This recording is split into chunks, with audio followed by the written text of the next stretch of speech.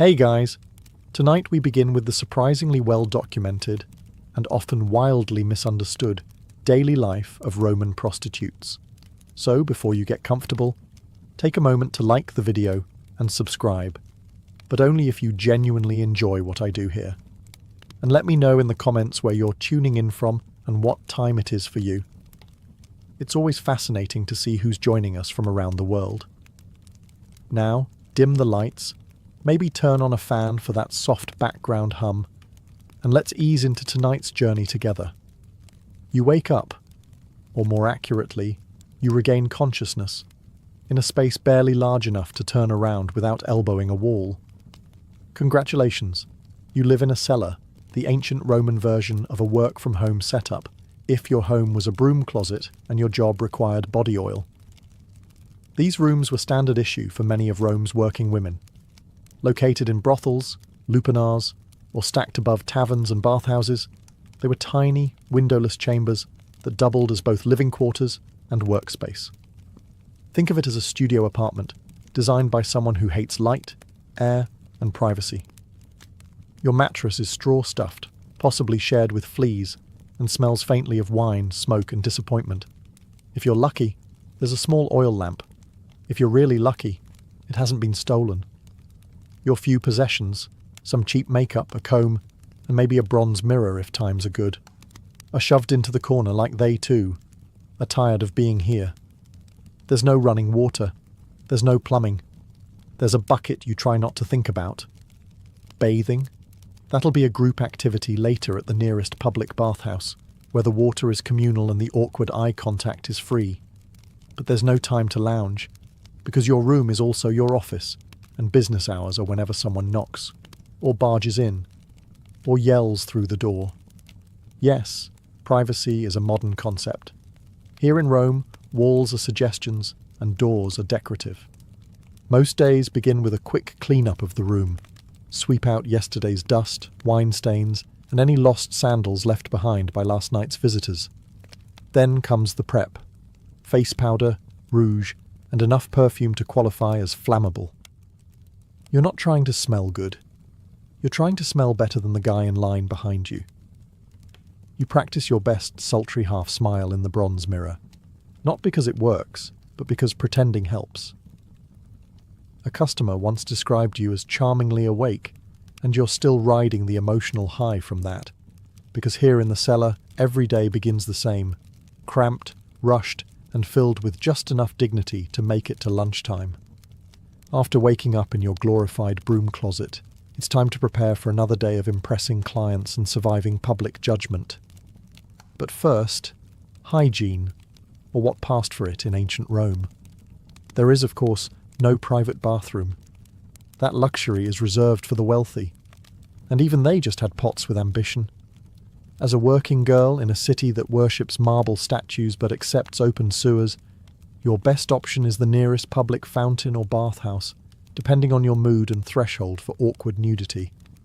If you're pressed for time, and let's face it, you usually are, you go for the quick rinse at the communal fountain. Splash some water on your face, rinse out your mouth with wine if you're fancy, and hope the fountain hasn't been used to clean a chicken that morning. There's no soap, but maybe you've got a bit of natron, a salty cleaning powder that exfoliates your skin and your self-esteem.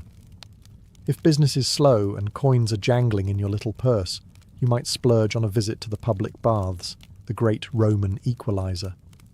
Everyone's there. Merchants, soldiers, philosophers, and that guy who talks too loudly about his hemorrhoids. You undress, store your belongings in a niche you trust way too easily, and wade into tepid water full of floating philosophical debates and someone else's toenail.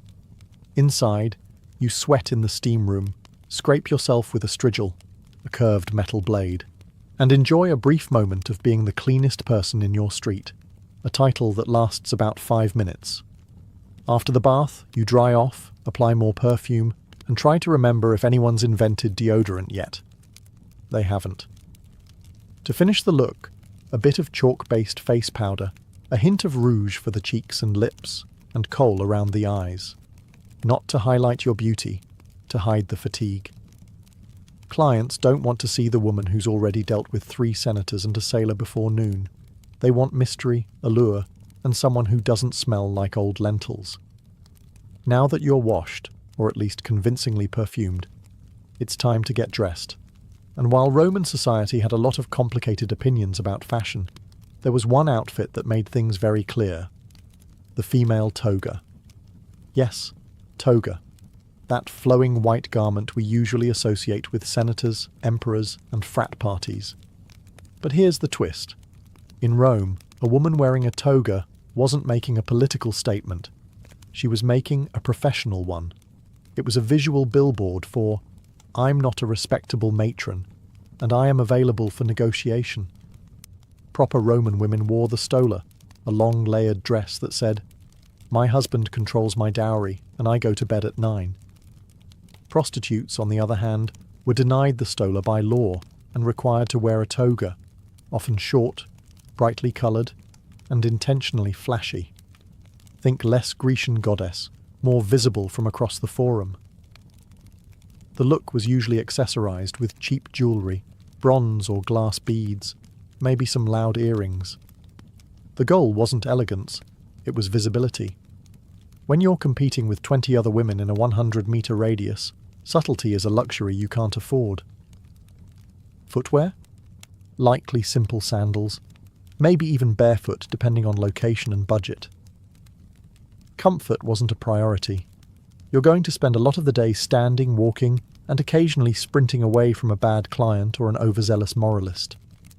Hair was its own ordeal. Roman prostitutes often curled and dyed their hair, sometimes wearing wigs, especially blonde ones, imported from Gaul.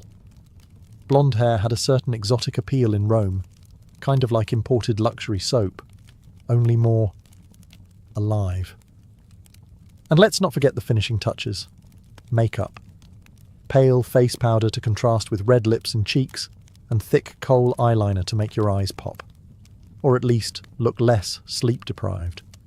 Once fully dressed, you looked obvious. And that was the point. In a city of 1 million people, your outfit was your business card. If it made you look bold, scandalous, and economically available, then congratulations.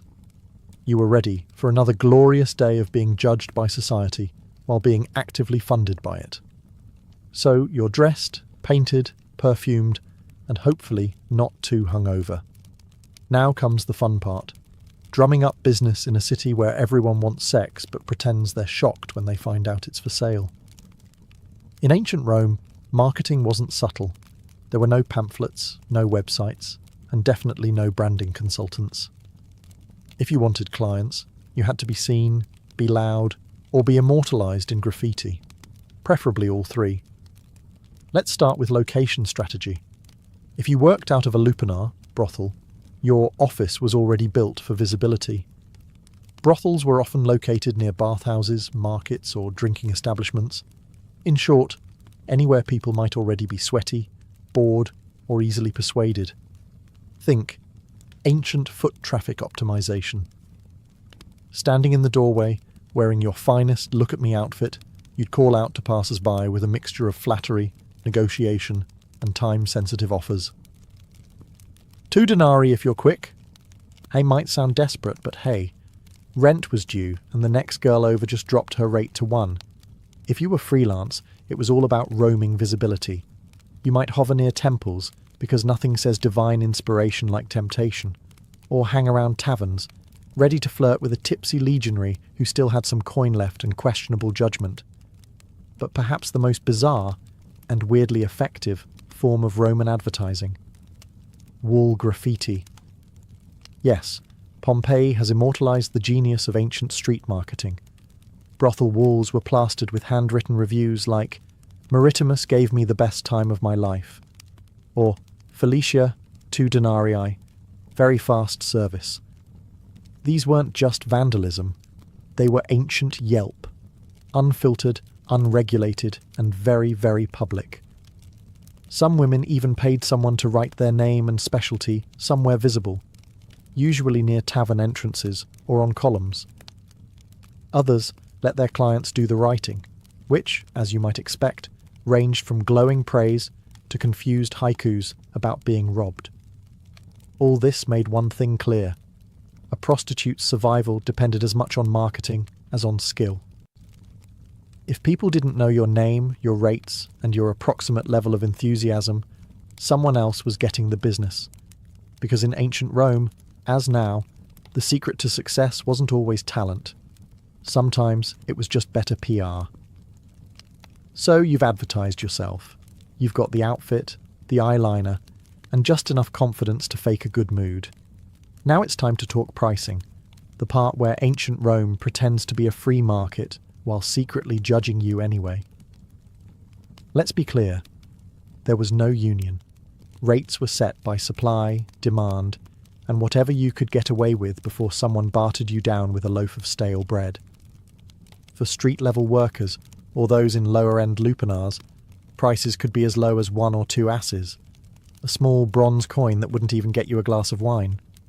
That's right, some clients were paying less than the cost of a decent lunch. If that feels depressing, remember, some women accepted food, sandals, or even promises as payment.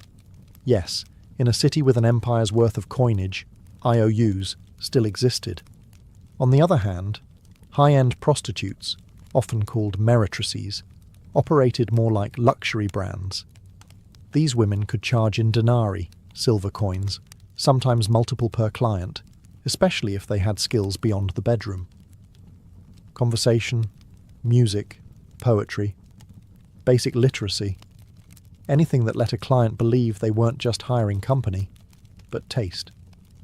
Some prostitutes even had niches, not architectural ones, marketing ones. Maybe you specialized in working with sailors, or performing erotic dances, or reciting poetry during the act. Don't laugh. Ovid probably inspired someone. The more unique your brand, the less replaceable you became. Repeat clients might get a discount, or not. It depended entirely on whether they paid on time or smelled like fermented cabbage, and if you worked under a pimp or brothel owner, a hefty cut of your earnings disappeared before you saw a single coin. Some women were enslaved, which meant they didn't get paid at all, just food, shelter, and a vague promise that one day they might buy their freedom if they somehow won the Roman lottery. Welcome to the lupanar, the Roman brothel. It's not luxurious, but it has walls, which already makes it more dignified than working behind a tavern. Technically, it's a place of business. Realistically, it's a sweaty stone maze of bad decisions. The term lupanar comes from lupa, meaning she-wolf, which the Romans used as slang for prostitute. That's right. Your job title was also your animal comparison. Not exactly empowering, but at least it's consistent. Most lupanars were 2-story buildings crammed between bathhouses and bars, perfect for catching foot traffic from half-drunk senators and bored sailors. Inside, you've got a narrow hallway lined with tiny rooms, each equipped with a stone bed, a thin mattress, and just enough space to reconsider your life choices. No doors, just curtains, for that open floor plan vibe. Privacy? That's something rich matrons had. You've got damp linen and the sound of someone snoring through your shift wall. You're not alone, of course. A proper lupanar had several working women and one delightful parasite known as the leno, pimp, or lena, madam. Their job was to take a cut of your earnings, promise repairs that never happened, and occasionally yell things like, "Work faster, he's important." Clients ranged from nervous teenagers to sweaty legionaries and balding senators claiming this was just a philosophical visit. Some were in and out faster than a dropped denarius. Others tried to talk about their poetry, which frankly was worse. During downtime, you'd sit near the entrance, giving your best "I'm flirty but dead inside" expression, while calling out to passing foot traffic. Marketing was mostly volume-based. 2 coins! Special today! I'll pretend to listen. And yes, the walls were covered in graffiti, ancient Yelp reviews etched lovingly into the plaster. Felix was here, twice, or Thais gives a good time. Occasionally someone got artsy and drew pictures. Proportions were rarely accurate. Confidence, however, was never lacking. Working in a lupanar wasn't glamorous, but it was consistent. A roof over your head, a bed, if you squint, and if nothing else, you'd always have a front row seat to humanity's weirdest parade. Not every Roman prostitute worked in a lupanar. Some preferred, or were assigned to, the equally glamorous world of taverns. If the brothel was a chaotic office cubicle, the tavern was more like working in an open-air startup, with more vomit and fewer stock options.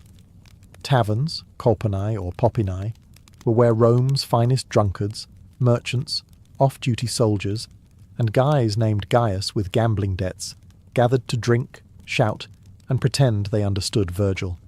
For prostitutes working here, the motto was simple: serve the wine, sell the charm, dodge the gropes. A typical shift involved pouring watered-down wine into dirty cups for people who wouldn't notice the difference anyway. With your other hand, you flirted just enough to keep the denarii flowing, but not so much that a brawl broke out. Unless that brawl was entertaining, in which case, carry on. Unlike the brothel, taverns were technically food establishments, so you had the delightful backdrop of boiled cabbage, fish sauce, and body odour. It was an aroma that clung to your tunic and your soul. But it also meant you could upsell a client. For 2 more coins, I'll pretend you don't reek of garum.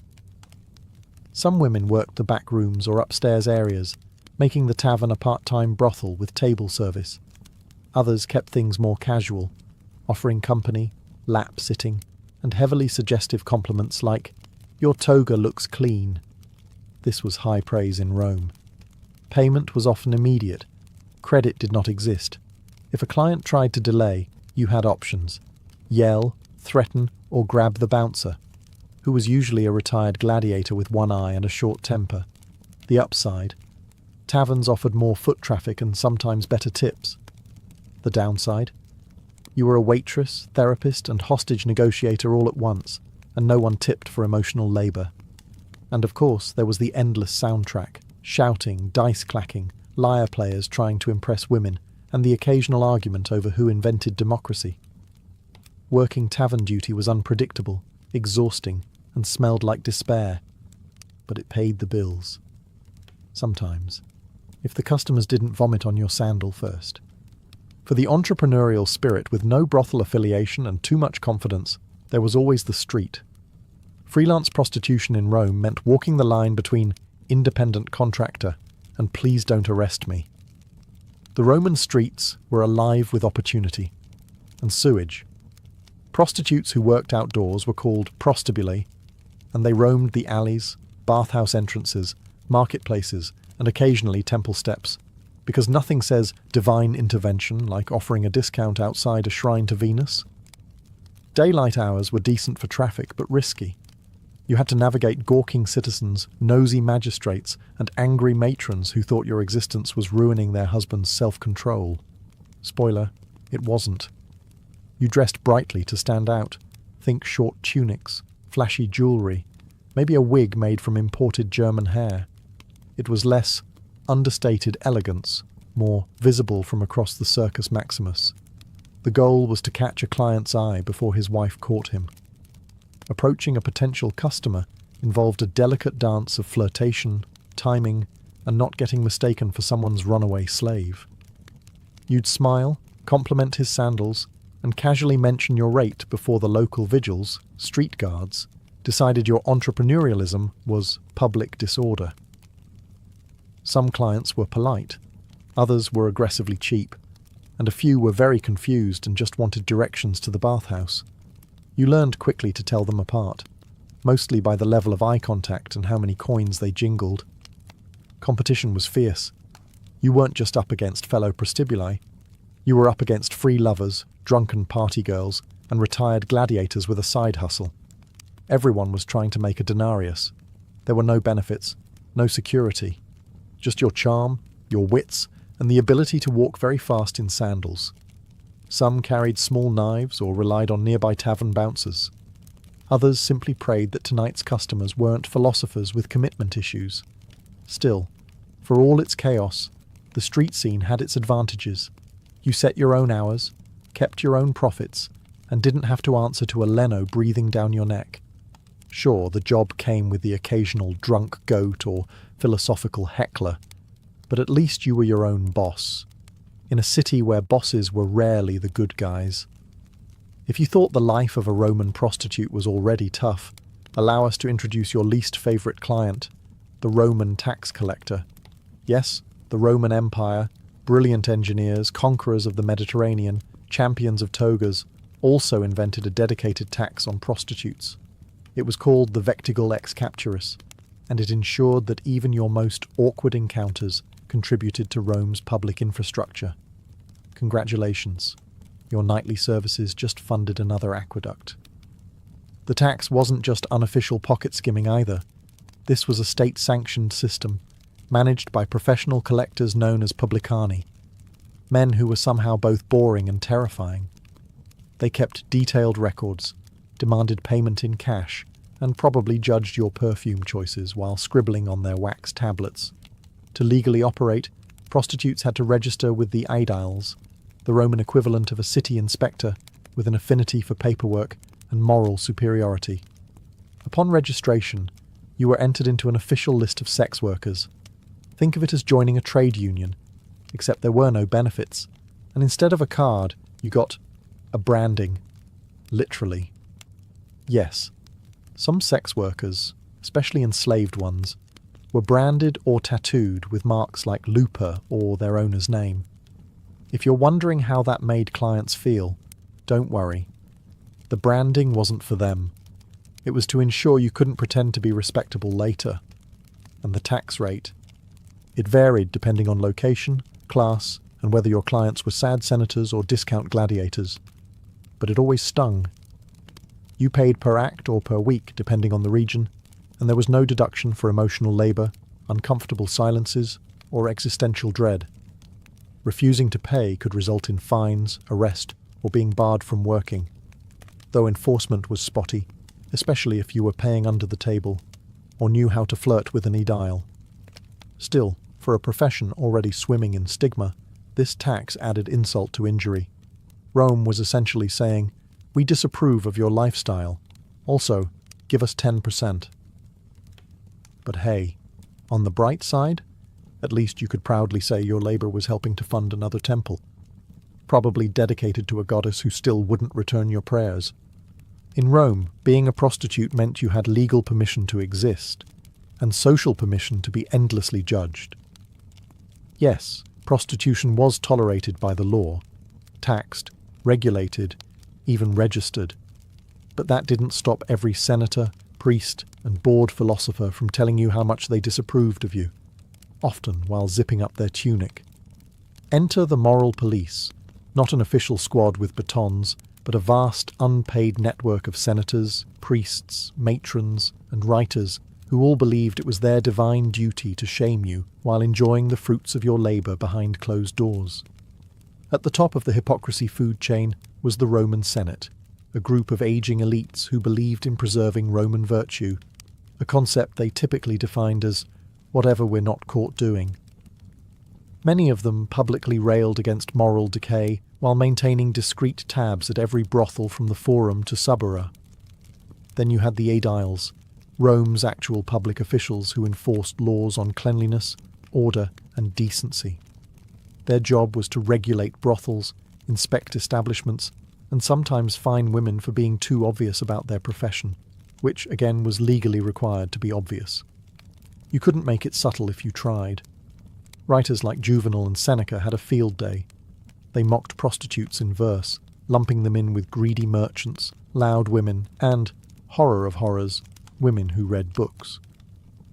And yet these same writers gave vivid, suspiciously detailed descriptions of brothel life. Almost as if they'd done extensive research. Even Roman matrons, the respectable wives of the elite, got in on the judgment. They wouldn't speak to you, of course, but they'd walk past your street corner with a gaze that could sterilize a fig tree. Some even petitioned for laws banning prostitutes from wearing jewellery or entering public baths, which is rich considering many of their husbands treated bathhouse visits like part-time jobs. Working as a Roman prostitute came with certain occupational hazards, namely disease, injury, and whatever that thing was the sailor from Brundisium left behind. Welcome to the health and wellness chapter, where the only prescription is, hope you survive. Let's begin with the big one, venereal disease. Ancient Rome didn't have germ theory, but they did know that some men left you with more than a coin purse and a bad poem. There are Roman texts that describe symptoms ranging from persistent itching to things falling off that shouldn't. The medical advice? Usually a mix of vinegar washes, herbal ointments, and desperate prayers to Venus. Pregnancy was another ever-present concern. There was no birth control pill, but there were options if you had the guts and the budget.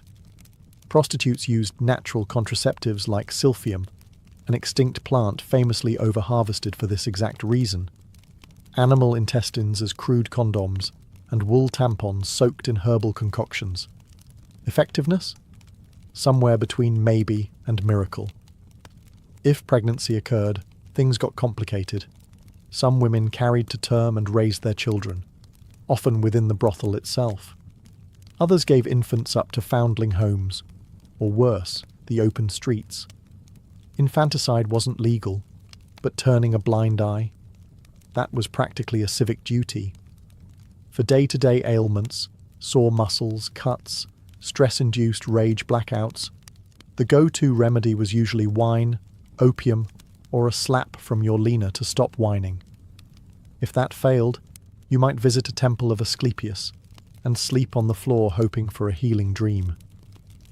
Ancient wellness culture was less spa weekend and more mystical nap with side effects. Infections were common. Hygiene was ambitious. There were no gloves, no antiseptics, and absolutely no one washing their hands before sticking fingers where fingers had no business being. And let's not forget the emotional toll. Depression, trauma, anxiety, all part of the job. Rome didn't have therapists. You had fellow prostitutes, wine, and the occasional stray cat who listened without judgment. In a city where divine intervention was blamed for everything from floods to flatulence, prostitutes weren't just dodging moral judgment. They were also trying to stay on the gods' good side, or at least bribe them for health, luck, and a low-maintenance clientele. Religion in Rome was a full-time job, and the gods were always watching, judging, occasionally cursing. But the divine pantheon had a few deities who were, let's say, more lenient toward your profession. First there was Venus, goddess of love, beauty, and general poor decision-making. Many prostitutes dedicated small altars to her in their rooms. Offerings of flowers, perfume, or a coin were made in hopes of attracting wealth, charm, or at the very least, clients who didn't smell like boiled goat. Then came Fortuna, goddess of luck. Given how random your daily income was, ranging from a gold bracelet to 3 mouldy grapes and a promise, Fortuna was kind of a big deal. You might wear a charm bearing her likeness, or mumble a quick prayer before a customer with too many rings and suspiciously clean sandals walked in. But religion wasn't all glitter and flirtation. The darker side of belief included superstition, omens, and magical countermeasures, because when in doubt, blame the spirits. You'd burn incense to ward off the evil eye, tie red cords around your ankle for protection, or hire a professional witch to curse a rival prostitute's hairline. Don't laugh. Curse tablets, called defictiones, have been found all over Roman brothel districts, many reading like ancient Yelp revenge reviews. May her tongue rot. May her clients dry up. May she trip in the street and land in donkey dung. If you were enslaved, you might also pray to Mercury, the god of commerce and transactions, because let's be honest, your life was one long receipt. And if you were lucky enough to save up for freedom, Libertas, the goddess of liberty, got a private altar and a slightly more expensive candle. All this spiritual effort wasn't just tradition, it was survival with flair. When Rome gave you judgment, disease, and rude senators, the gods were your HR department. Mostly useless, occasionally helpful, and always accepting offerings. Love, in the Roman world of prostitution, was complicated. At best, it was a pleasant delusion, and at worst, a financial liability in a tunic. Clients fell in love all the time, or claimed they did, usually after 3 cups of wine and half a monologue about their mother. Some were sincere, some were drunk, and some were trying to get a discount. "But baby, I'm different," they'd say, clutching your hand like a tragic poet. And you'd nod politely, mentally calculating how much they still owed you. Some working women reciprocated these feelings, or at least pretended to. Emotional labour was part of the package. Smile, listen, pretend his toga doesn't smell like despair. For a few clients, you might even develop something real: attachment, affection, or just mutual exhaustion. But more often than not, romance was a dangerous distraction, especially when you remembered that Rome legally categorized you as infames, meaning you could not legally marry a citizen even if you wanted to. That didn't stop people from trying. There are tales of prostitutes who fell in love with their regulars, who were promised freedom, marriage, a house with a garden, only to end up abandoned the moment another woman with better eyeliner walked by.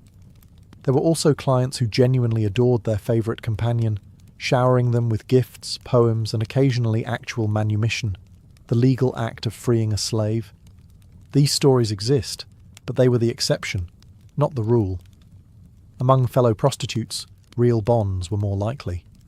You worked side by side, endured the same insults, shared the same lice.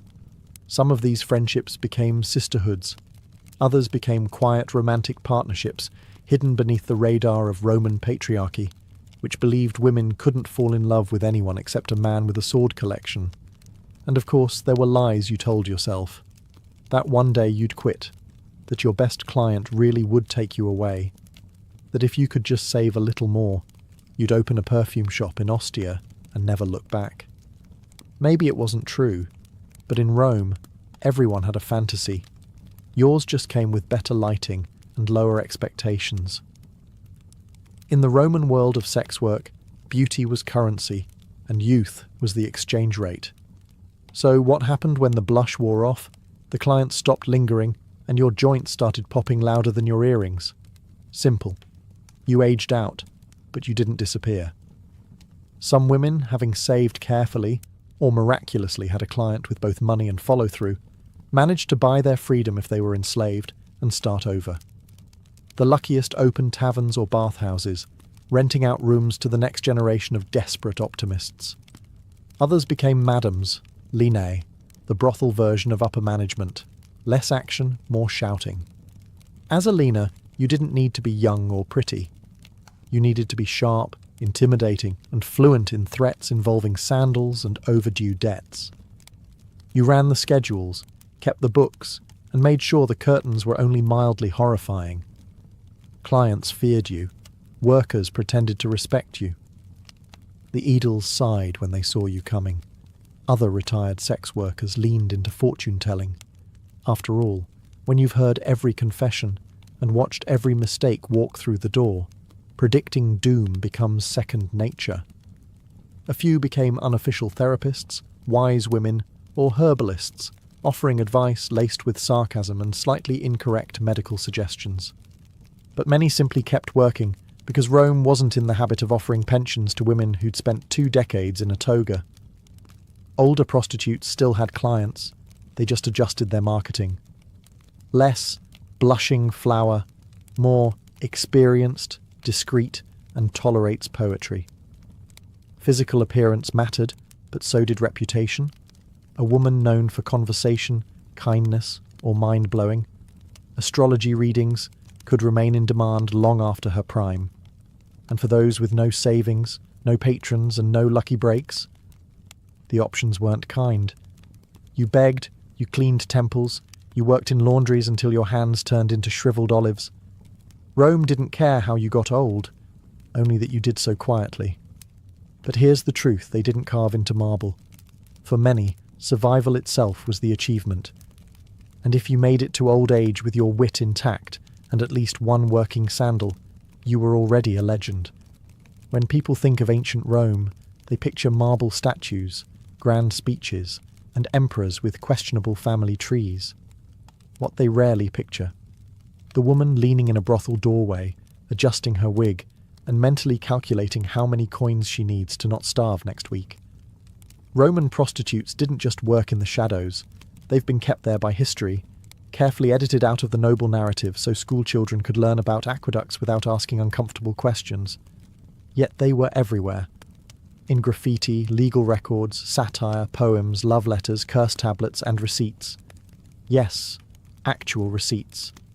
They were a fixture of daily Roman life, even as society treated them like morally contagious wallpaper. What history usually gets wrong is the assumption that these women were powerless victims or morally bankrupt seductresses.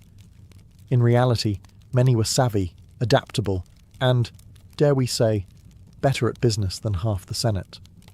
They knew how to read a client, negotiate terms, avoid danger, and hustle a living in a city that cheered gladiators and stoned anyone who wore the wrong shoes. And they weren't all the same. Some were enslaved, some free. Some catered to the wealthy, others to whoever had 2 coins and bad breath. Some hated every second, others carved out small corners of power and routine. Most existed somewhere in between, like everyone else in Rome, pretending they weren't tired. Their stories were rarely written by them.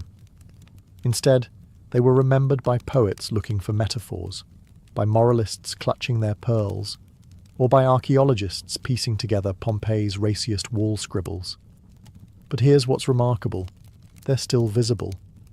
In stone carvings, in sarcastic graffiti, in laws and loopholes and offhand mentions in love poems. These women were erased from respectability, but not from reality. They worked, they laughed, they scammed, they wept, and they endured.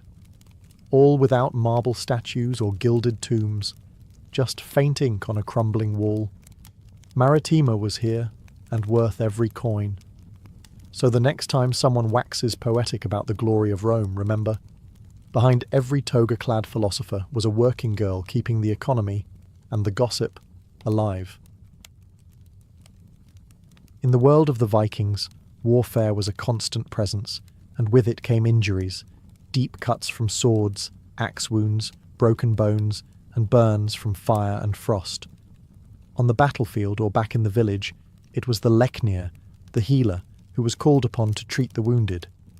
These individuals were respected members of society, combining the practical knowledge of herbs with the spiritual traditions of Norse belief. Among the most trusted herbs in a Viking healer's collection was yarrow, Achillea millefolium. Known for its ability to staunch bleeding, yarrow was used widely across northern Europe. Viking healers would crush the leaves and apply them directly to wounds, either alone or mixed into a poultice. Yarrow acted as a coagulant, helping to stop blood flow and prevent infection. It was believed to possess sacred properties, with legends connecting its power to Odin himself. The preparation of such remedies was both methodical and rooted in cultural ritual. The healer might wash the wound with boiled water infused with antiseptic herbs, apply crushed yarrow, and bind the area tightly with linen or animal skin strips. In some cases, chants or prayers were recited during the process, invoking protection or healing from the gods. Healing was not just physical, it was also spiritual. Beyond battlefield wounds, yarrow was used internally as well. A tea made from its flowers and leaves could reduce fevers, ease digestive complaints, or help relieve menstrual cramps. It was a versatile plant, and one that could be found growing throughout the Viking homelands, in fields, near rivers, or in small garden plots maintained by women of the household. Healers in Viking society had a deep understanding of their environment. They knew which plants grew in which seasons, how to harvest them properly, and how to preserve them for use during the long, dark winters. Knowledge was passed down through generations, often from mother to daughter, or from elder to apprentice. These traditions blended elements of Germanic herbal lore with the rich cosmology of Norse mythology. In a world without hospitals or modern antibiotics, the skill of the healer and the power of plants like yarrow were essential to survival and to maintaining strength in a warrior-driven culture. While yarrow addressed bleeding and surface wounds, the Viking healers' battle against infection required deeper remedies. One of the most revered herbs in this regard was Angelica, Angelica archangelica, a tall aromatic plant with hollow stalks and umbrella-shaped clusters of greenish-white flowers.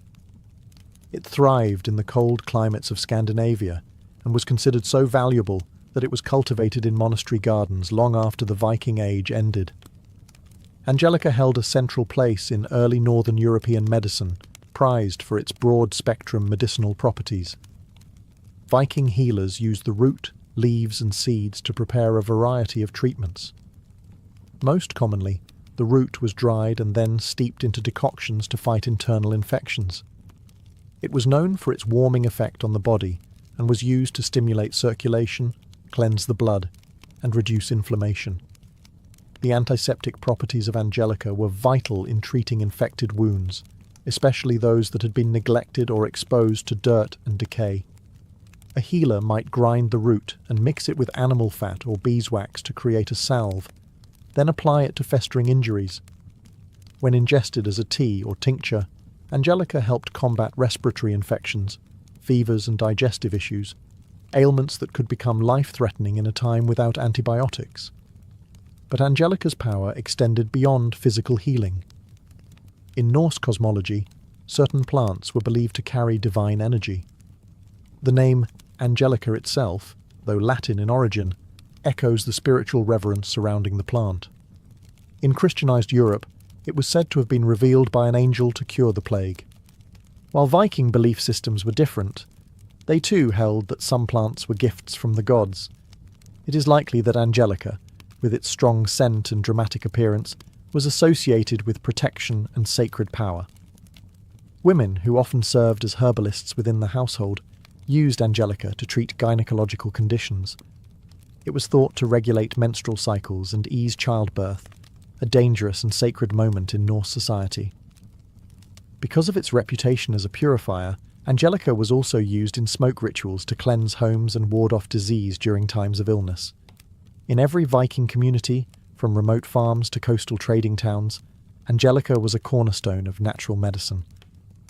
Its effectiveness and symbolic weight made it a trusted ally in the healer's quest to preserve life in a harsh and unpredictable world. As spring arrived in the Viking world, it brought with it one of the most vital remedies for fever and fatigue: birch sap.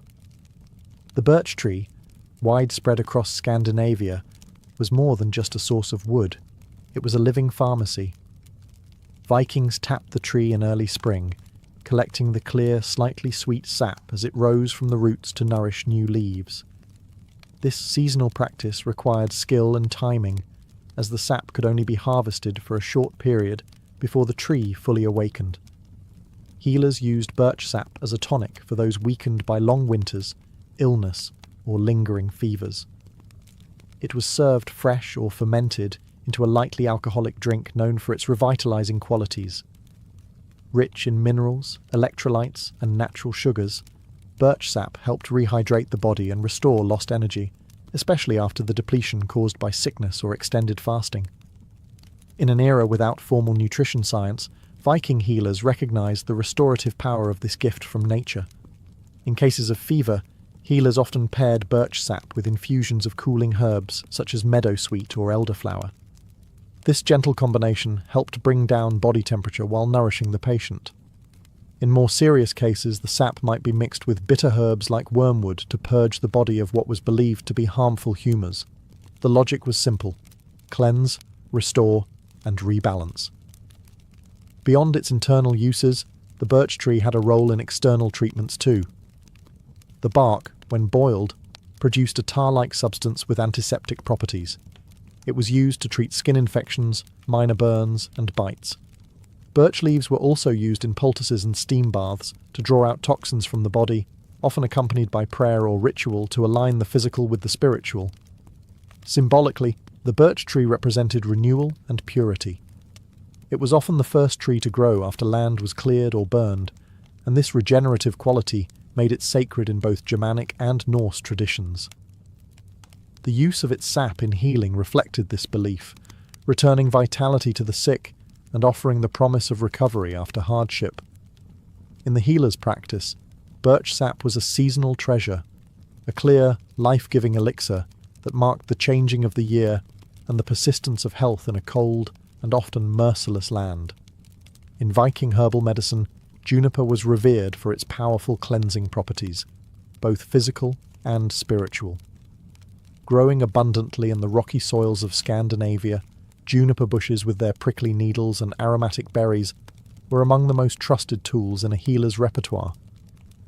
Whether burned, boiled, or brewed, juniper was used to purify the body, the air, and even the spirit. Juniper berries were commonly used as a diuretic and a remedy for urinary tract infections. When consumed as a tea or decoction, they stimulated kidney function, helping the body to flush out excess water and harmful substances. This made them especially useful during illnesses that involved swelling, bloating, or lingering fevers. The berries also had mild antiseptic properties, allowing them to address infections from within, a crucial function in an age with no antibiotics. For respiratory issues, juniper smoke played a vital role. Healers would burn dried juniper branches and let the smoke fill a room or a tent, believing it could drive out disease. This wasn't just symbolic. The antimicrobial compounds in juniper smoke helped disinfect the air. During outbreaks of sickness or after a death, Viking homes and ships might be cleansed in this way. The practice was both practical and spiritual, banishing what could be seen and what could not. In steam baths and sweat lodges, a tradition shared across many northern European cultures, juniper branches were sometimes laid on the hot stones or added to the water. As the vapour rose, it carried the sharp, invigorating scent of the plant, opening the lungs and inducing heavy sweating. This was thought to cleanse the body of toxins and the soul of imbalance, reconnecting a person with the rhythms of nature and health. Juniper also held ritual importance. Branches might be hung over doorways to ward off evil, or carried in small bundles by travellers for protection. Its strong, earthy fragrance symbolised resilience, and its presence in healing was a reminder that purification was as much about the unseen forces as it was about physical ailments. For Viking healers, juniper was not merely a remedy, it was a symbol of renewal and defence, a guardian plant that stood between the fragile human body and the chaotic forces of the world. Its sharp needles and potent berries helped them keep sickness at bay, one breath of smoke or sip of tea at a time. Among the many herbs known to Viking healers, meadowsweet, Filipendula ulmaria, was particularly valued for its ability to ease pain and reduce inflammation. Found in damp meadows and along riverbanks, this fragrant plant with creamy white flowers was a staple in early Germanic and Norse herbal medicine. Though they lacked modern terminology, Viking healers recognized that some plants had the power to cool fevers, relieve discomfort, and help the body recover more gently. Meadowsweet was often used to treat headaches, joint pain, and digestive problems. The flowers and leaves were dried and steeped into teas, which were given to patients suffering from fevers or general aches, common complaints in a harsh climate where physical labour and exposure were part of daily life. The herb's soothing effects made it an essential remedy during times of illness and recovery. Unbeknownst to the Vikings, meadowsweet contains compounds similar to salicylic acid, the basis for modern aspirin. This natural pain-relieving ability explains why it was so effective and frequently used. Healers didn't know the chemistry, but they knew the results. Less fever, reduced swelling, and relief from discomfort. These benefits were especially important during the winter months when colds, joint pain, and respiratory infections were widespread. For digestive issues, meadowsweet was considered a gentle treatment for nausea, heartburn, and stomach cramps. Its calming properties helped settle the stomach, and it was sometimes combined with other herbs like chamomile or mint if available, to create a broader treatment. The plant's sweet scent also made it a comforting addition to healing rituals, which often blended the sensory with the medicinal. Meadowsweet's role wasn't limited to physical healing. Its delicate, almost ethereal presence tied it to the natural cycles of growth and decay, life and death. As with many Viking remedies, its use may have included symbolic gestures, such as laying its flowers near the ill, or including it in burial rites to ease the journey to the afterlife. Some sagas and later folk traditions refer to sweet-smelling herbs as gifts from the gods or spirits of the land. In a culture that respected strength, but understood the necessity of healing, meadowsweet was a quiet, yet powerful ally. It helped warriors rest, allowed children to recover, and gave the elderly comfort in their final years. For the healer, it was one of the gentlest and most reliable tools in their care. Mugwort, Artemisia vulgaris, held a special place in the Viking healer's practice, not only as a medicinal herb, but also as a spiritual tool. Known across northern Europe for its bitter aroma and silvery leaves, mugwort was considered one of the most sacred plants in Germanic tradition. For Viking societies, where healing was never just physical, mugwort served as a bridge between the body, the mind, and the unseen world. Medicinally, mugwort was used to treat a wide range of ailments. It helped with digestive problems, menstrual irregularities, and fatigue. A tea made from its leaves was used to ease stomach cramps, stimulate appetite, and support the liver. Viking women in particular relied on mugwort to regulate their cycles and aid with childbirth. In a world without midwives or formal obstetrics, the healer's knowledge of such herbs was vital for survival during pregnancy and delivery. Mugwort also had powerful nervine properties, meaning it calmed the nervous system. For warriors who experienced restlessness or nightmares, mugwort tea or smoke was thought to restore inner balance and protect the mind. Sleep, which was often disturbed after battle or illness, could be coaxed back by burning dried mugwort near the bedside or placing it under the pillow. This wasn't simply superstition. Many aromatic herbs do have mild sedative effects, but beyond its medicinal uses, mugwort was strongly linked to ritual and magic. Viking healers and wise women, often referred to as volur or seidkunur, used mugwort in ceremonies to invoke dreams, protection, or visions. It was sometimes burned during rites of cider, the Norse form of trance magic and prophecy. The rising smoke was believed to carry prayers to the gods or ward off harmful spirits. Healers might also use mugwort during solstice ceremonies, seasonal changes, or in times of emotional distress. A bundle of mugwort could be hung over the door for protection, carried in a pouch during travel, or placed on the body during healing rituals. Its bitter scent and strong energy made it a plant of thresholds, used when the body or soul was in transition. To the Viking healer, mugwort was more than a plant. It was an ancient ally, one that stood at the intersection of medicine and magic, guiding the sick not only toward physical recovery, but toward spiritual realignment with the world and the gods. Among the most practical and powerful remedies in the Viking healer's collection was garlic, Allium sativum. Though not native to Scandinavia, garlic had long been traded across Europe and may have reached the Viking world through early contact with the British Isles, Frankish territories, and Eastern markets. Its strong scent and potent medicinal qualities made it an essential part of early Norse medicine, especially for infections, parasites, and protection against disease. Garlic's antibacterial and antifungal properties were well known, even if not scientifically understood.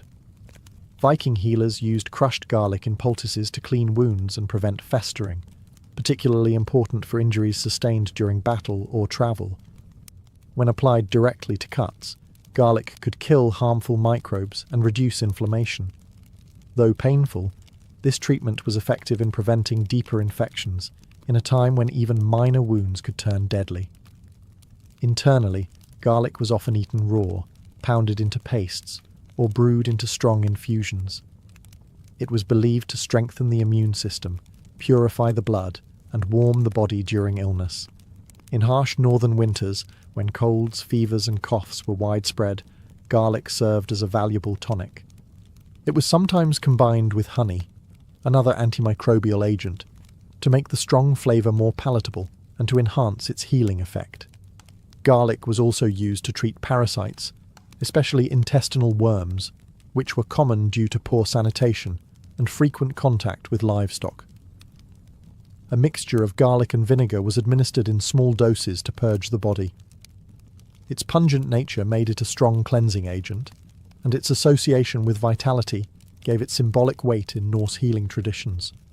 Beyond the body, garlic was believed to repel evil spirits and malevolent forces. Healers or household members might hang braided garlic near doorways or in sleeping areas, not just to ward off disease, but to protect from unseen dangers, especially during times of illness, war, or childbirth. It served both as a physical remedy and a spiritual safeguard. For Viking warriors, garlic was not only a cure, but a form of daily defence. Before raids or journeys, some are believed to have consumed it as part of preparation, viewing its strength and fire as a shield within the body. In this way, garlic stood as a symbol of endurance, fighting infection, energizing the weak, and anchoring the body in a dangerous, ever-changing world. In the Viking Age, the stinging nettle, Urtica dioica, was more than a nuisance. It was a plant of power. Despite its painful sting, nettle was one of the most useful and respected herbs in Norse healing traditions. It grew abundantly in meadows, forest edges, and near settlements, making it easily accessible to healers and households alike. Its medicinal benefits were numerous, and its resilience in harsh conditions mirrored the strength and endurance the Vikings valued. Nettle was used primarily to treat conditions related to blood and vitality. Viking healers prepared nettle teas or broths to combat fatigue, iron deficiency, and overall weakness. Rich in iron, calcium, and vitamin C, nettle acted as a natural tonic, especially important during long winters when fresh food was scarce and illness spread easily. Warriors recovering from battle or children recovering from fever were often given nettle to rebuild strength. The leaves were dried or cooked to reduce their sting and then brewed into infusions. These drinks were believed to purify the blood, promote circulation, and encourage the body to rid itself of harmful substances. Nettle also had a mild diuretic effect, making it useful for treating fluid retention and joint pain, common issues among labourers and older community members. In external treatments, nettle was sometimes used in surprising ways. The practice of urtication, striking sore limbs with fresh nettle stalks, was used to stimulate circulation and relieve arthritis or muscle stiffness. Though painful, it was believed to bring warmth and life back to cold or stiff areas of the body.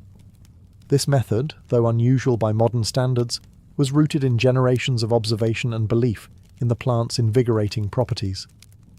Nettle also served practical roles beyond medicine. Its fibres were used to make rope, fishing nets, and even cloth, especially during times when flax or wool were scarce. This dual utility, nourishing the body and supporting daily life, made nettle a deeply integrated part of Viking culture. Symbolically, nettle was a plant of resilience. It thrived in disturbed soil and returned year after year, no matter how often it was cut back. In Norse society, where survival required both strength and adaptation, nettle embodied those values. For the healer, it was a reminder that even the most painful plants could bring healing, and that power often came from what first seemed harmful. Viking herbal medicine was never written down in formal texts during the age itself.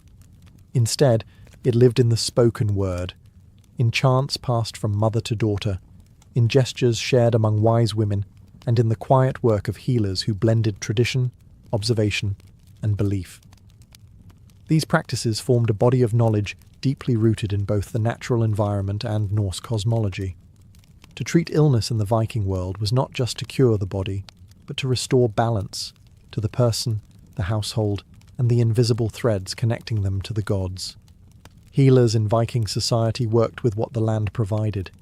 They knew which herbs to gather in spring, which roots to dry in autumn, and how to preserve medicinal plants through the long winter months. Yarrow, angelica, birch, juniper, meadowsweet, mugwort, garlic, and nettle. Each had a specific role, but all were part of a larger system of understanding the body in harmony with nature. Treatments were physical, yes, but also symbolic. Illness might be seen as a disturbance in fate, a challenge from the gods, or an imbalance between the seen and unseen worlds. Women played a central role in maintaining and passing down this knowledge. In longhouses and farmsteads, Female healers oversaw the care of families and communities. Some took on more specialized roles, like the voleurs, seers who blended healing with prophecy, often called upon during crises. Their work often included sacred herbs, spiritual rituals, and appeals to divine forces like Frigg, Air, or Freya. Healing was not just a duty, it was an act of connection between mortal life and the mythic world. With the spread of Christianity and the decline of Norse paganism, much of this oral tradition faded or was absorbed into new religious frameworks. Monasteries adopted and preserved some of the herbs and techniques, while others disappeared or became entangled in superstition and fear. But echoes of Viking herbal medicine can still be found today, in Scandinavian folk healing, in modern herbalism, and in the renewed interest in ancestral plant knowledge. The legacy of Viking healers lies not just in the herbs they used, but in the worldview they preserved, that nature holds power, that healing is both physical and spiritual, and that wisdom often resides in the hands of those who listen to the land. Joan of Arc was born in the winter of 1412 in the rural village of Domremy, a quiet hamlet in northeastern France, nestled near the border of Burgundy. At the time, France was fractured by war and civil unrest. The 100 Years' War between England and France had already dragged on for decades, and northern France was caught in the crossfire. Joan was born into this turbulence, the daughter of Jacques d'Arc and Isabelle Romay, devout peasants who raised their children in the Roman Catholic faith. Her family lived modestly. They owned a small patch of land, a few animals, and relied on farming to survive. Joan was not taught to read or write, like most girls of her class, but she was known for her hard work and deep religious devotion from an early age. She spent much of her childhood helping around the house, tending sheep and attending church. Her world was humble and steeped in faith. The voices she would later claim to hear would come to someone who already spent hours in prayer and contemplation. Domremy itself was a contested area. Though technically loyal to the French crown, it bordered Burgundian territory, a faction allied with the English. The threat of violence was constant. Raids by Anglo-Burgundian forces occasionally swept through the region, destroying crops and burning homes. Joan would have grown up with stories of heroism and defeat, of saints and warriors, of kings and traitors. Her early years were shaped by instability, fear, and a longing for peace. Despite the fear that hung over France, Joan's childhood was not without community. She was well liked in the village and described by neighbours as kind, pious, and unusually serious for her age. She often prayed at a nearby chapel dedicated to the Virgin Mary, where she would later claim her divine mission began. These years laid the spiritual and emotional foundation for what would come. Her faith, her loyalty to the king, and her sense of purpose were not formed in the royal court, but in the fields and chapels of her village.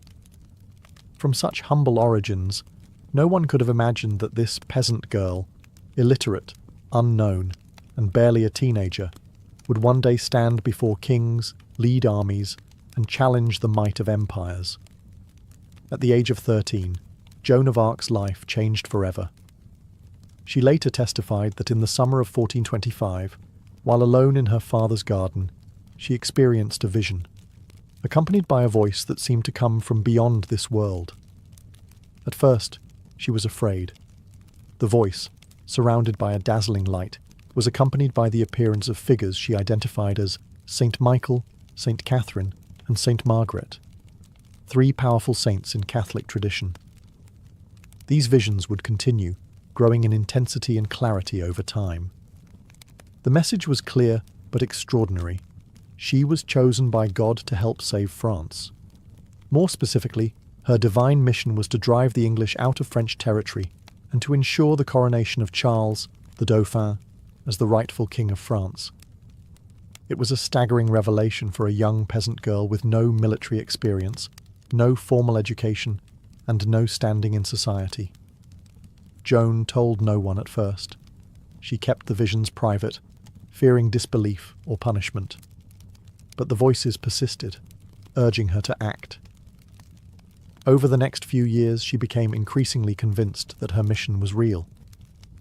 she began to devote herself even more deeply to prayer, fasting, and religious discipline, believing that her purity and obedience were essential for fulfilling God's will. By 1428, the political and military situation in France had worsened.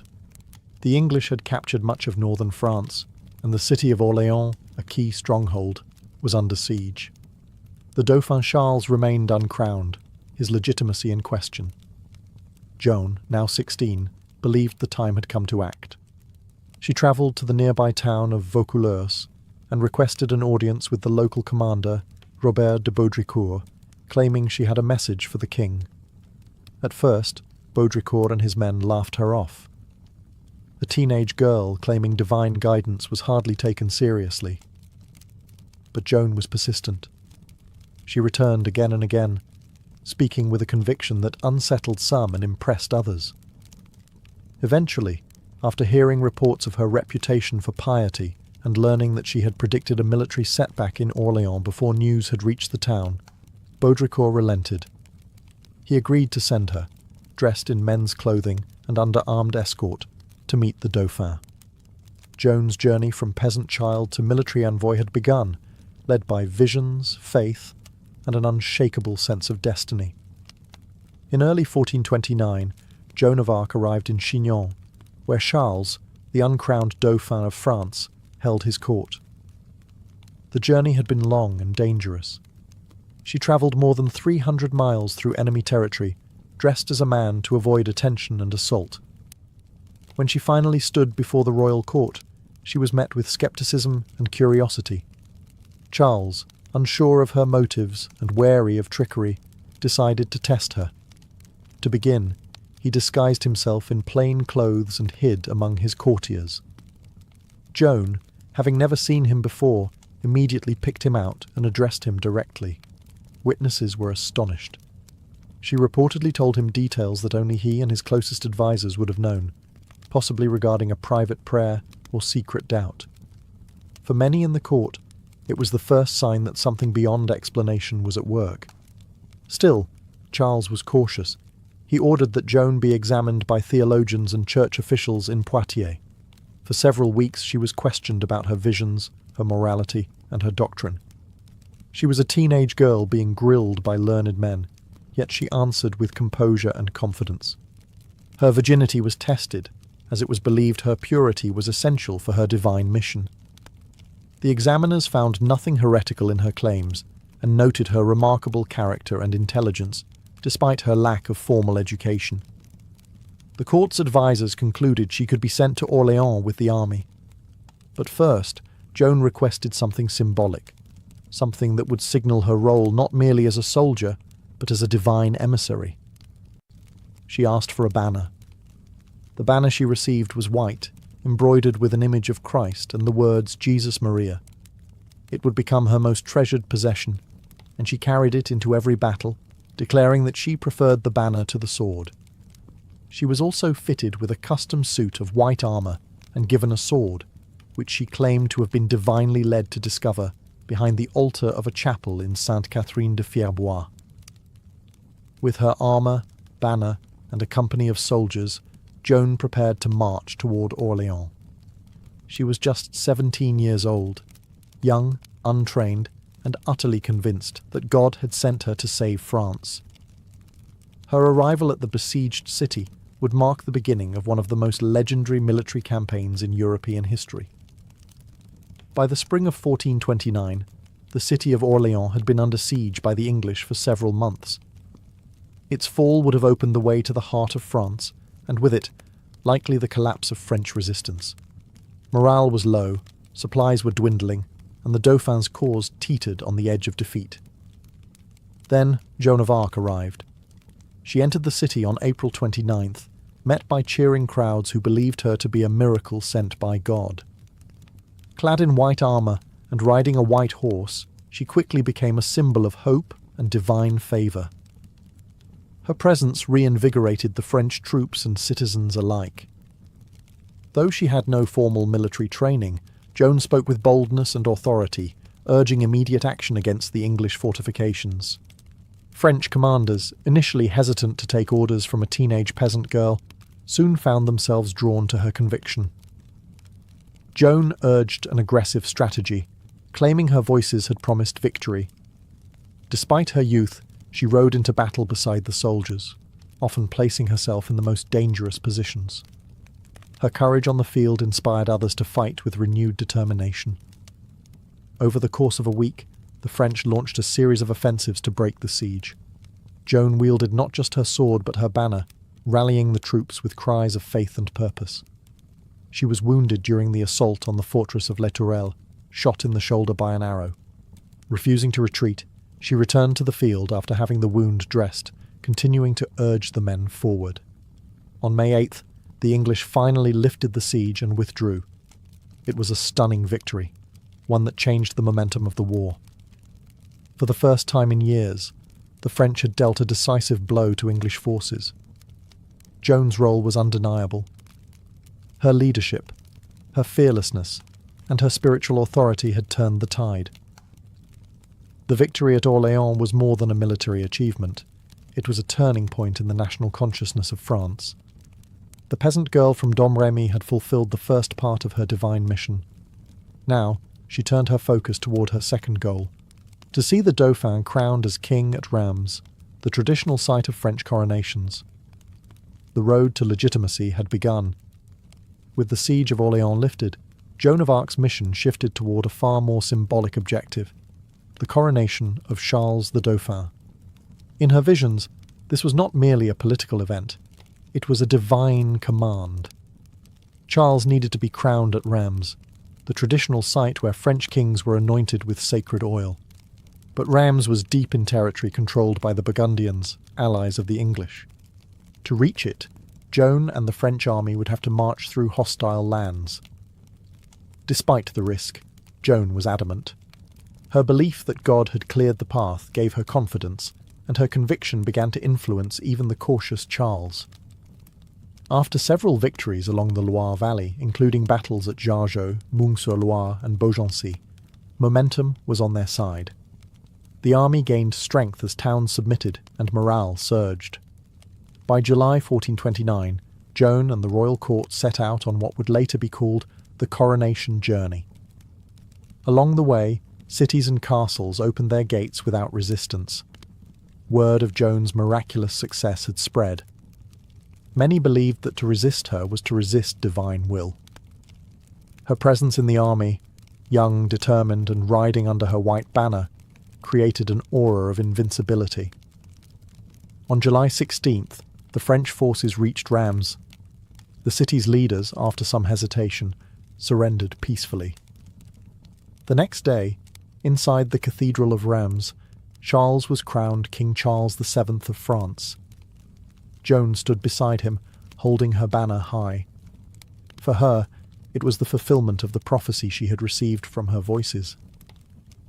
The coronation was a moment of triumph, both for the new king and for Joan.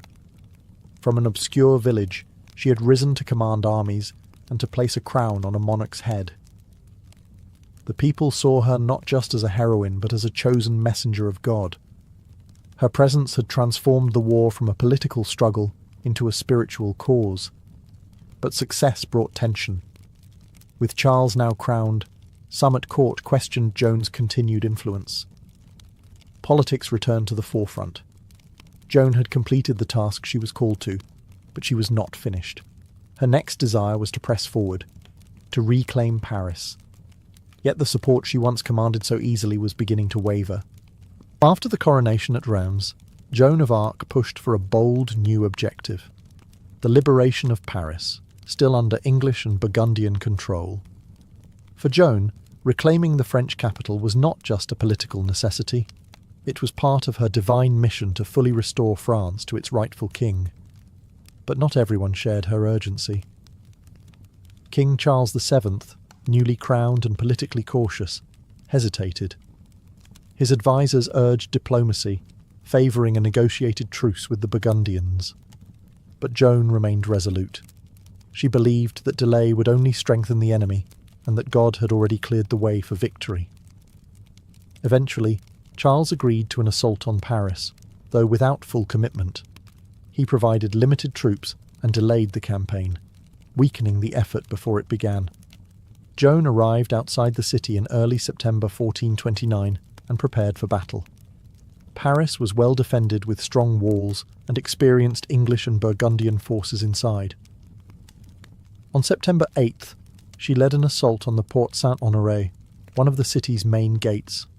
As always, she carried her banner and fought at the front lines, encouraging the troops with prayers and determination. The fighting was fierce. The defenders poured down arrows and stones. Joan was struck by a crossbow bolt in the thigh, but refused to abandon the field. She continued to direct the battle from behind the lines, calling for another charge. But the attack stalled. With nightfall approaching and casualties rising, Charles's commanders ordered a retreat against Joan's protests. The failed attack on Paris marked a turning point. Joan's reputation remained intact among the common soldiers and citizens, but at court, doubts began to grow. Her influence over royal policy started to wane. Charles, now king, no longer relied on her as he once did. Political interests, fear of provoking further conflict, and distrust of Joan's spiritual authority began to eclipse her earlier triumphs. Yet Joan was undeterred. She continued to lead minor campaigns in the following months, capturing towns like Saint-Pierre-le-Moutier and La Charité, often financing the operations herself with donations from supporters. But the tide was shifting. Her vision of total victory clashed with the king's increasingly cautious stance. Despite her injuries, her dwindling support, and the growing political isolation, Joan remained convinced that her mission was not yet complete. She would not stop until France was free, but in the shadows, betrayal and danger were closing in. In the spring of 1430, Joan of Arc continued her campaign, though her position had grown increasingly precarious. Her successes on the battlefield had not translated into lasting political power. King Charles VII, now more focused on diplomacy than war, offered only lukewarm support. Joan, acting largely on her own initiative, turned her attention to the town of Compiègne, which was under threat from Burgundian forces. She arrived in May 1430, hoping to defend the city and rally the local population. But the odds were stacked against her. The Burgundians, allies of the English, were closing in with superior numbers. On May 23rd, Joan led a small force in a sortie to challenge the besiegers and disrupt their lines. As the battle unfolded outside the city walls, French forces were pushed back. Joan remained behind to cover the retreat, determined to protect her soldiers. In the chaos, the city gates closed too soon. Joan and a few companions were trapped outside. Surrounded by Burgundian cavalry, she fought until she was pulled from her horse and taken captive. Her capture was a devastating blow, not only for Joan herself, but for the morale of the French people. The girl who had once lifted the siege of Orléans and crowned a king now found herself a prisoner. The Burgundians held Joan for months, treating her more as a political prize than a common captive. She was eventually sold to the English for a large sum, an act that confirmed her status as a threat to their cause. The English viewed her not only as a military adversary, but as a dangerous symbol of resistance and divine legitimacy. Throughout her captivity, Joan attempted escape more than once. In one instance, she jumped from a high tower, injuring herself badly, but surviving. Even in chains, her will remained unbroken. She demanded to be treated as a noble prisoner of war, not as a criminal or heretic. But the English had other plans. They did not intend to hold her indefinitely. They meant to destroy her credibility, her image, and the power she had come to represent. Her trial was already being prepared. Joan's capture at Compiègne marked the beginning of her final, most harrowing chapter. She had risen from obscurity to the heights of power, only to be betrayed, abandoned, and delivered into the hands of her enemies. But her story was far from over. After months in Burgundian custody, Joan of Arc was transferred to English hands and brought to Rouen, the English administrative capital in occupied Normandy. There, beginning in January 1431, she faced a formal ecclesiastical trial, not as a prisoner of war, but as a heretic, a designation that allowed her captors to strip her of honour and execute her under church law. The trial was orchestrated by the English but carried out by a panel of pro-English French clergy, led by Bishop Pr0stitutes, a staunch opponent of Joan and loyal to the Burgundian cause. Its true goal was not justice, but the destruction of Joan's legacy. By branding her a heretic, the English sought to undermine the legitimacy of Charles VII, whose coronation she had enabled. Joan was held in a secular prison, guarded by male soldiers, a direct violation of church law. She was denied access to legal counsel, threatened with torture, and interrogated repeatedly, often for hours at a time without rest or support. Despite being a 19-year-old peasant girl facing some of the most educated men in France, she defended herself with remarkable intelligence and composure. Over the course of several months, she was questioned about her visions, her clothing, her faith, and her role in the war. The judges focused especially on her claim to divine voices and her habit of wearing men's clothing, an act considered both heretical and unnatural by church standards. Despite their pressure, Joan remained firm in her testimony. She maintained that her voices came from God, that she had acted in obedience to divine command, and that she had always remained faithful to the church. At one point, when asked whether she believed she was in God's grace, she famously responded, "If I am not, may God place me there. If I am, may God keep me there." It was a powerful answer, neither arrogant nor self-condemning, and one that impressed even her inquisitors. But the outcome was never truly in question. Political necessity outweighed truth. Joan was eventually condemned for heresy, based largely on her refusal to renounce her visions and her insistence on wearing male attire, which she had resumed in prison for protection. Her sentence was death. The girl who had once lifted a nation would now be silenced, not by defeat in battle, but by a court of men determined to erase her from history, or so they thought. On the morning of May 30th, 1431, Joan of Arc was led to the marketplace in Rouen, tied to a wooden stake and burned alive. She was just 19 years old. As the flames rose around her, she reportedly called out the name of Jesus repeatedly and asked for a cross to be held before her eyes. A soldier, moved by her courage, handed her a small wooden cross. Witnesses said she faced death with calm resolve. Her execution was meant to be final, a warning, a silencing of a dangerous symbol. But it had the opposite effect. Instead of being erased, Joan became a martyr. Even English and Burgundian observers were disturbed by the spectacle. Some wept. Others openly questioned whether the church had committed a grave injustice. One of the English clerics present was said to have exclaimed, "We are lost! We have burned a saint!" Over the years that followed, Joan's image only grew stronger. Her unwavering faith, her courage in battle, and her dignified defence at trial became the foundation for a powerful legend. In 1456, 25 years after her death, and following a formal investigation ordered by Pope Calixtus III, Joan's trial was declared invalid. She was officially exonerated, her name cleared of heresy. In the centuries that followed, Joan of Arc became a unifying symbol for France. During times of national crisis, particularly during the French Wars of Religion and later during the Franco-Prussian War, her story was invoked as a beacon of courage, patriotism, and divine mission. Artists, writers, and historians immortalized her life. Her face appeared in stained glass, sculpture, and literature. She was celebrated as both a warrior and a mystic, a simple peasant and a national heroine. In 1920, nearly 500 years after her execution, the Catholic Church formally canonized Joan of Arc as a saint. The girl who had been condemned by church officials was now one of its most revered figures. Her feast day is celebrated on May 30th, the anniversary of her martyrdom. Today, Joan of Arc remains one of the most iconic figures in world history. Her life defied every expectation. Peasant, prophet, warrior, prisoner, saint. Through faith and conviction, she altered the course of a kingdom. Through fire, she entered legend. And through memory, she lives on. The life of a medieval baker began in darkness, Long before roosters crowed or church bells tolled, bakers were already hard at work.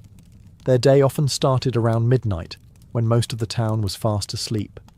The quiet streets were cold and still, but inside the bakehouse, flames crackled, flour dust hung in the air, and the rhythm of kneading began. Medieval bread wasn't made on a whim. It required precise timing and a practiced hand. Bakers relied on sourdough starters, carefully nurtured fermenting dough that gave rise and flavour to the loaves. There were no commercial yeasts. Everything was done by feel, smell, and experience. The flour was often coarse, ground at a local mill, and carried its own unique character based on region, season, and grain quality. Some bakers even mixed in bran, barley, or beans to stretch their flour supplies. Water was drawn from wells or public fountains. Everything had to be measured and mixed by hand, often in the dim light of oil lamps or candles. The mixing trough was usually wooden, and the dough had to be kneaded until it reached the right texture, a task that required strength and repetition. In colder months, the dough had to be kept warm with cloths or near the hearth to rise properly. The oven, usually a large domed brick structure, had to be heated long before baking. Bakers would burn bundles of wood inside until the walls radiated enough heat to bake several batches of bread. Ashes were raked out carefully, and the oven floor cleaned with a damp cloth or a wooden peel before the loaves were slid in. By the time the town stirred, merchants setting up stalls, church doors opening for morning mass, the baker's first loaves were already out of the oven. The smell of warm bread filled the air. It was the scent of sustenance, of daily survival. For many in the medieval world, bread was the cornerstone of every meal. But for the baker, it was just the beginning. Deliveries had to be made, customers served, and records kept. And once the ovens cooled and the counters cleared, there was little time to rest, because tomorrow's dough would need mixing before the moon set again. In medieval towns, the baker's work never truly ended. To master the daily grind of medieval baking, a baker needed more than just flour and fire. They relied on a trusted set of tools, each shaped by generations of craftsmanship. The bakehouse itself was often a simple stone or timber-framed structure, but inside, it was a specialised world. Every item had a purpose, and efficiency could mean the difference between profit and punishment. The heart of any bakery was the oven. Typically made of clay or brick, these were dome-shaped and massive, designed to retain heat for hours. Heating the oven wasn't quick. Bundles of wood, often oak or beech, were burned inside until the walls radiated the ideal temperature. Then the ashes were raked out and the bread loaded using a peel, a long-handled wooden paddle that allowed bakers to slide loaves deep into the hot chamber without burning themselves. The kneading trough was another essential item, usually carved from a single block of wood or built from heavy planks. These troughs were wide and low, allowing bakers to lean into their work. The dough was mixed and worked by hand, and larger bakeries sometimes had several troughs going at once to keep up with demand. Measuring tools were primitive, but vital. Most bakers used wooden scoops or hand-carved measures for flour and salt, though consistency varied. Scales were rare, and accuracy was often enforced by local guilds or town officials. Cheating customers by underweighting loaves could lead to heavy fines, or worse. Flour was stored in cloth sacks or wooden barrels, while water was hauled in buckets from wells or streams. Some bakeries also had sieves for removing husks or debris, especially in more prosperous towns where finer bread was expected by wealthier clients. Coarser flours, however, were common for the lower classes. Perhaps the most valuable tool was the baker's hands, calloused, experienced, and trained by years of repetition. They knew when dough was ready, when the oven was hot enough, and when a loaf was just beginning to sing its final crusty notes. Everything had to be cleaned and prepared before the next day. The tools, humble though they seemed, were part of a larger rhythm, a cycle of labour, skill, and heat that transformed raw grain into life-sustaining bread. In the hands of a medieval baker, each tool helped feed a town. In the medieval world, bread was more than food. It was the foundation of every meal and a marker of social class. Nearly everyone ate it daily, but not all bread was created equal. What you ate said a great deal about who you were. The wealthiest citizens, nobles, clergy, and prosperous merchants demanded the finest bread, known as manchet, or white bread. Made from finely sifted wheat flour, this bread was soft, pale, and expensive. Producing it required extra labour, grinding, sifting out bran, and using only the most refined parts of the grain. This labour-intensive process raised its cost, placing it far out of reach for commoners. For townsfolk and tradesmen, ravel or wheaten bread was the standard. Still made from wheat, it was less refined, slightly darker, and more nutritious. It struck a balance between cost and quality, and bakers sold it in greater quantities than manchet. In some towns, regulations dictated that this bread must be sold at a fixed weight and price, preventing bakers from exploiting the hungry. But for the poor, the labourers, peasants, and beggars, there was maslin or black bread, often made from a mix of rye, barley, oats, and whatever else was available. This bread was dense, coarse, and sometimes bitter. In hard times, bakers might even stretch it with beans, peas, or chestnut flour. It was filling, yes, but also a reminder of one's place in society. In monasteries, bread varied depending on the order. Some monks ate simple loaves in keeping with their vows of poverty, while wealthier institutions produced high-quality white bread for guests and ranking clergy.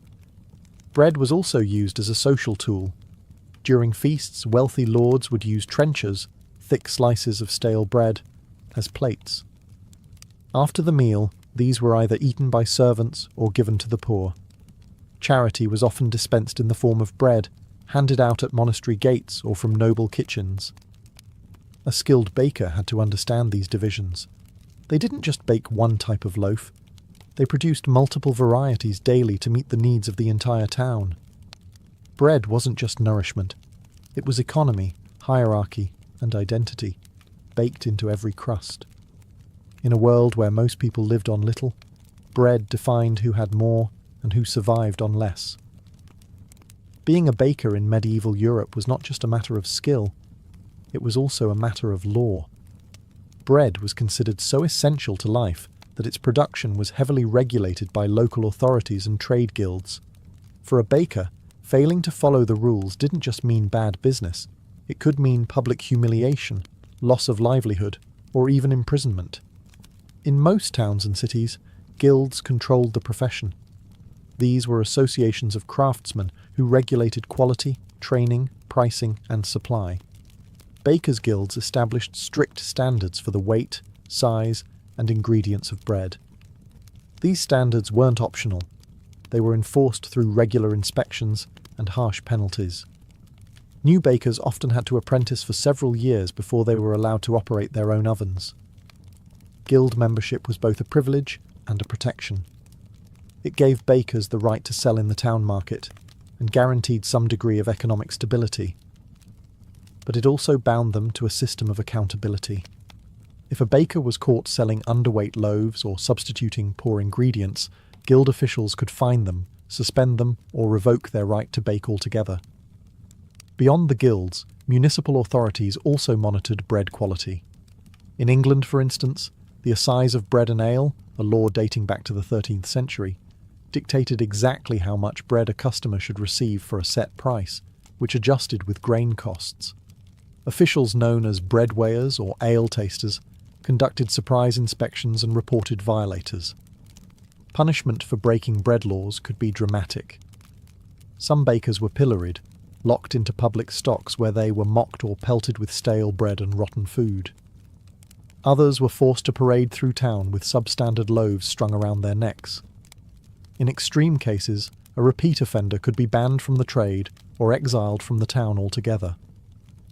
These rules weren't just about fairness, they were about survival. Bread riots were a real threat in times of famine or inflation. Town leaders knew that if people suspected they were being cheated out of their daily bread, unrest could follow.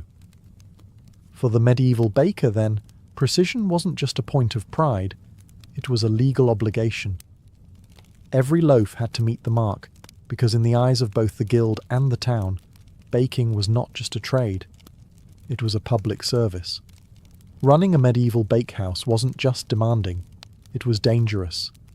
Fire was both a necessity and a constant threat.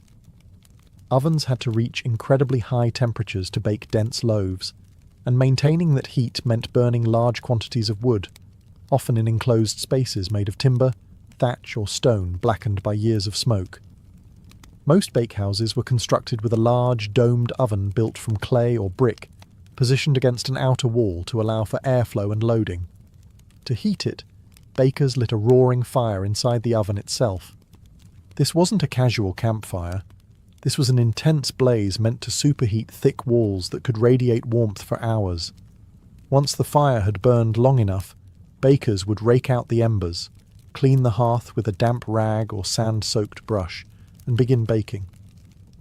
But even a moment's carelessness could lead to catastrophe. Embers could escape, thatched roofs could ignite, and in densely packed towns and cities, a bakehouse fire could spread with terrifying speed. For this reason, many towns required that bakehouses be located on the outskirts or built with specific fire-resistant materials, if the baker could afford them. Bakers also faced health risks. Prolonged exposure to heat and smoke took a toll on the lungs and skin. The heavy lifting of flour sacks and kneading of massive batches of dough wore down the body over time.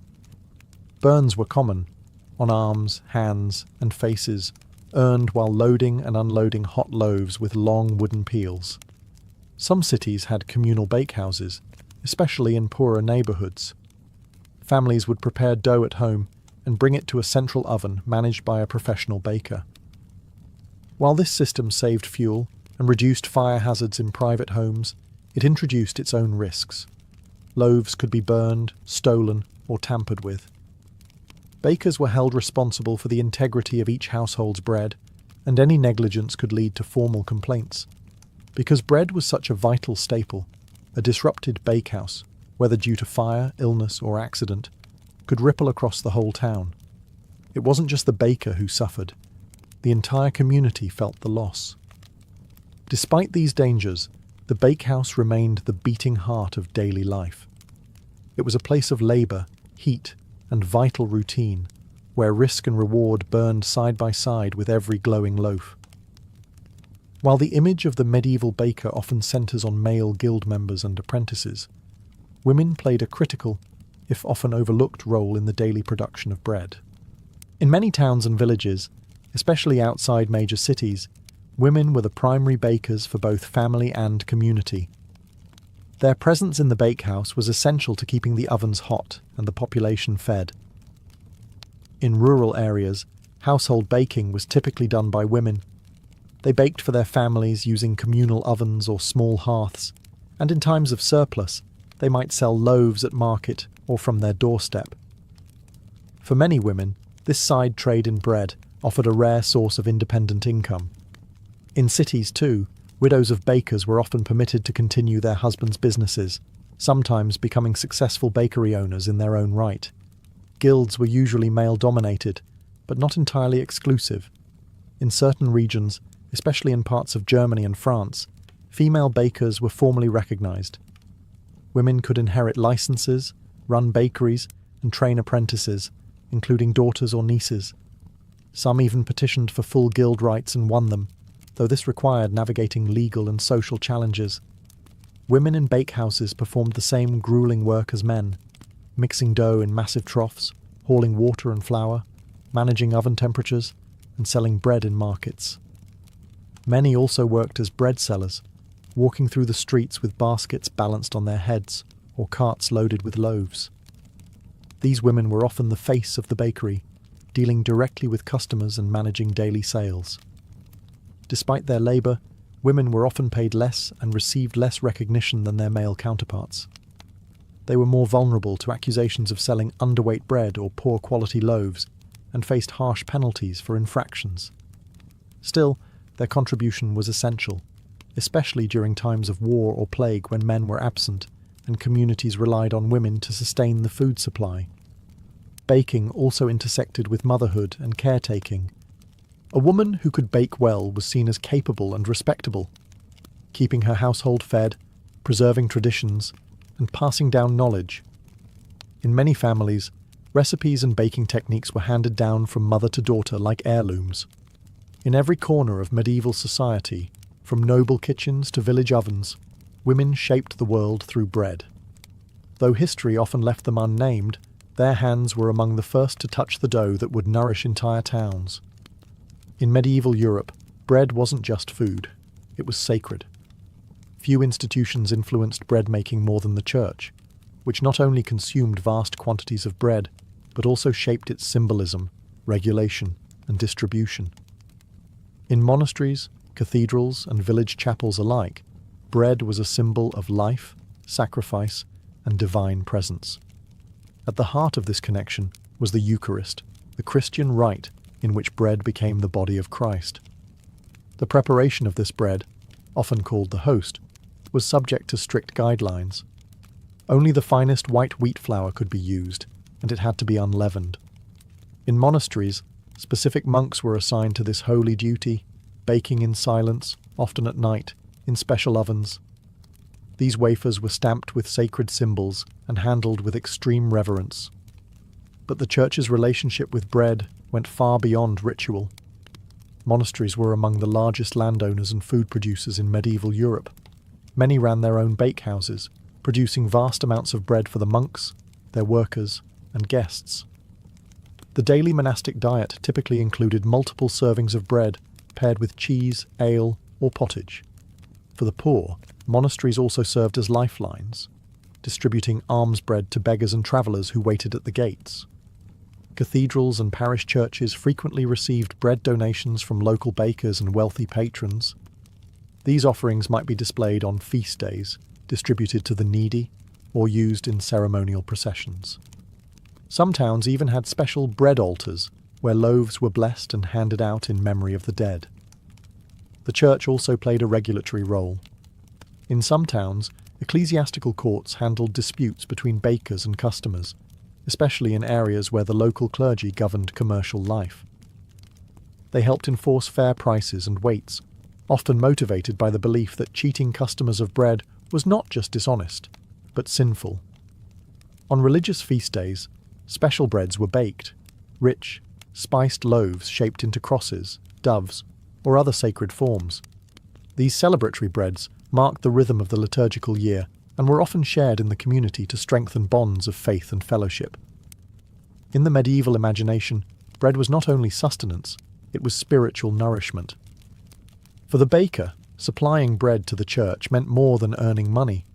It meant participating in the sacred economy of life, where dough became divine, and the oven echoed with ritual as much as routine. In the medieval world, bread was deeply entwined with power. For rulers, mayors, guildmasters, and kings, controlling the price, supply, and quality of bread was as important as maintaining order. Because bread was the staple food for most of the population, often making up 70% or more of a person's diet, its availability was directly linked to political stability. The most visible way this played out was through price controls. Cities and kingdoms established official rates for bread through laws like the assize of bread and ale in England, which tied the price of a loaf to the current cost of grain. If grain prices rose due to poor harvests, drought, or war, bakers were expected to adjust the size of their loaves, not the price. This meant that during times of scarcity, bakers had to produce smaller loaves for the same price, often cutting into their own profits. But if a baker was caught short-changing customers or selling loaves below the legal weight, the punishment could be harsh. Authorities saw cheating as not just theft, but a betrayal of the public trust. In some towns, bakers were pilloried, forced to stand in public stocks while holding underweight loaves. Others were fined, shamed, or even banned from baking. Bakers were also required to keep detailed records of grain purchases, flour usage, and the number of loaves baked. Inspectors could show up unannounced to weigh loaves and examine ovens. In particularly tense times, such as during war or famine, bakers were sometimes placed under military guard to ensure fair distribution. Bread riots were among the most feared expressions of unrest. When bread became scarce or unaffordable, mobs could form quickly. In such cases, bakers might be accused of hoarding flour or favouring the wealthy. Entire shops could be looted and records destroyed. To maintain peace, city officials would sometimes seize grain stocks or subsidise bread to prevent starvation and protest. Because of its centrality to life, bread became a tool of both charity and control. Rulers handed out bread during public celebrations or religious festivals to win favour with the people. In castles, lords ensured their retainers and servants had ample supplies, reinforcing loyalty. And in towns, a steady stream of affordable bread was seen as the mark of good governance. In medieval politics, bread wasn't just food, it was power. And the baker stood at the intersection of hunger and authority. Though rarely named in chronicles or praised in songs, the medieval baker left behind a legacy that shaped the very foundation of everyday life. In a world of castles and cathedrals, kings and knights, it was the humble baker who fed the people.